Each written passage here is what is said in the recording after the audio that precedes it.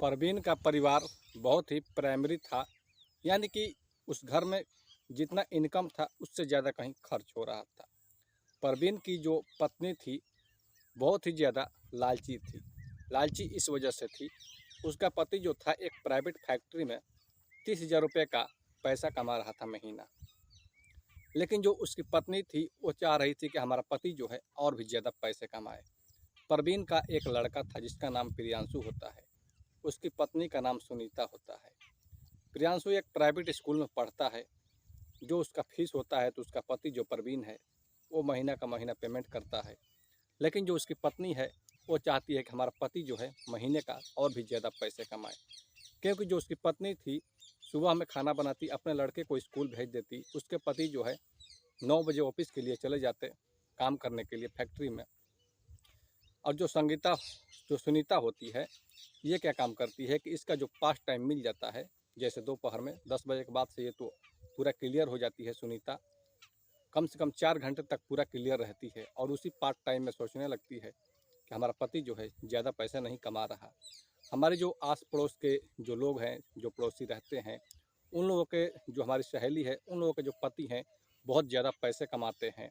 और हमारी जो सहेलियाँ है बहुत ही अच्छे तरह से, बहुत ही फैंसन डिज़ाइन में रहती है, 4 चक्का गाड़ी में घूमती है।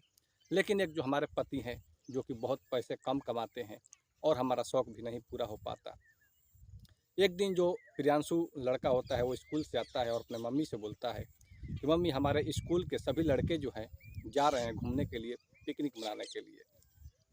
हमको कम से कम 5,000 रुपये का, 10,000 रुपये का ज़रूरत पड़ेगा। जो हमारे स्कूल के अध्यापक ने बोले हैं, जो टीचर ने बोले हैं कि तुम अपने पापा को स्कूल में लेकर के आना और 5,000 रुपये स्कूल में जमा करा दो। जो सुनीता का पति आता है जब काम करके, तो सुनीता अपने पति से बोलती है कि प्रियांशु के लिए आप ऐसा करिए कि 5,000 रुपये इसके स्कूल में जमा करा दीजिए, इसको जाना है पिकनिक पर, सारे स्कूल के लड़के जा रहे हैं। पति जो है बहुत ही गुस्सा हो जाता है और अपने पत्नी सुनीता को डांटने लगता है, बोलता है कि जितना चादर हो उतने ही पाँव फैलाना चाहिए।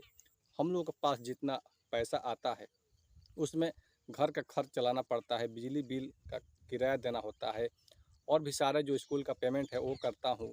घर का कपड़ा वगैरह खरीदना पड़ता है, राशन वगैरह खरीदना पड़ता है, गैस का पेमेंट करना पड़ता है और भी बहुत सारी जो खर्चा है उसको हमें मेंटेन करके चलना होता है। हम लोगों के पास उतना ज़्यादा पैसे नहीं है। अगर हमारा लड़का जो है एक दिन अगर नहीं जाएगा अपने दोस्तों के साथ पिकनिक मनाने, तो क्या इससे ये पढ़ नहीं पाएगा?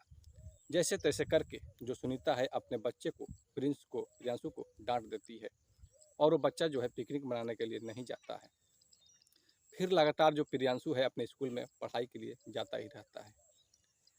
जब एक दिन फिर स्कूल में क्रिकेट खिलाया जा रहा था, जिसमें जो प्रियांशु है बहुत ही अच्छा क्रिकेट खेल रहा था। जो स्कूल के अध्यापक थे वो बोलते हैं प्रियांशु से कि तुम कल अपनी मम्मी को या अपने पापा को स्कूल में लेकर के आना। जब प्रियांशु अपने मम्मी को स्कूल में लेकर के जाता है तो जो स्कूल के अध्यापक थे वो बोलते हैं कि देखिए, आपका लड़का तो ऐसे पढ़ने में तो ठीक है, लेकिन ये जो क्रिकेट है बहुत अच्छा खेल रहा है।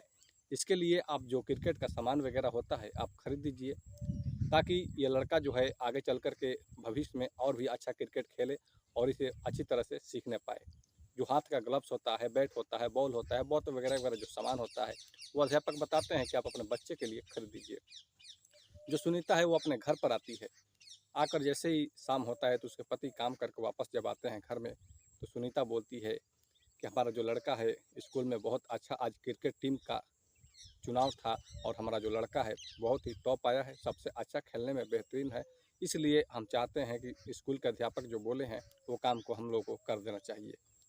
जो सुनीता का पति होता है तो बोलता है कि क्या कर देना चाहिए हम लोगों को। वो बताती है कि हमारा स्कूल का अध्यापक जो बोले हैं कि इसके लिए बैट बॉल वगैरह, हाथ का ग्लव्स, ये सब सारा सामान खरीदना है, इसमें कम से कम 20,000 रुपये का आपको लागत आएगा। जो सुनीता का पति होता है जब इस बात को सुनता है तो और भी गुस्सा हो जाता है और बोलने लगता है कि हम अपने स्कूल में लड़के को भेजते हैं पढ़ने के लिए, ना कि क्रिकेटर बनने के लिए।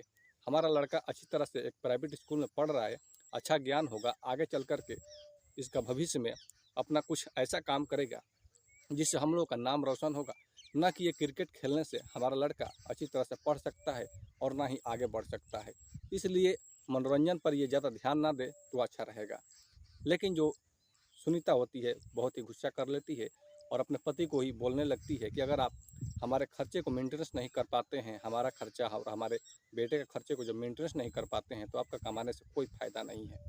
इस तरह से दोनों में झड़प होने लगता है पति और पत्नी में।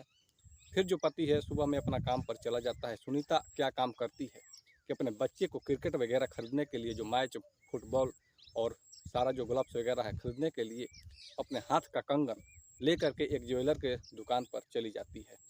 वहाँ पर जैसे ही जाती है तो अपना ज्वेलर देती है उसको। जो दुकान का मालिक होता है वो बोलता है सुनीता से, क्या आपके पास इस गहने का बिल है? जो सुनीता रहती है तो बताती है कि नहीं, इसका तो बिल हमारे पास नहीं है। फिर जो दुकानदार है वो बोलता है कि देखिए, आपके गहने का तो बिल है नहीं आपके पास, हो सकता है कि ये सामान जो है, ये गहने जो है चोरी का भी हो सकता है, इसलिए मैं इसका आधा दाम दे सकता हूँ। लेकिन उसी दुकान में एक महिला थी जो उस दुकानदार को बोलने लगती है कि क्या आपके दुकान में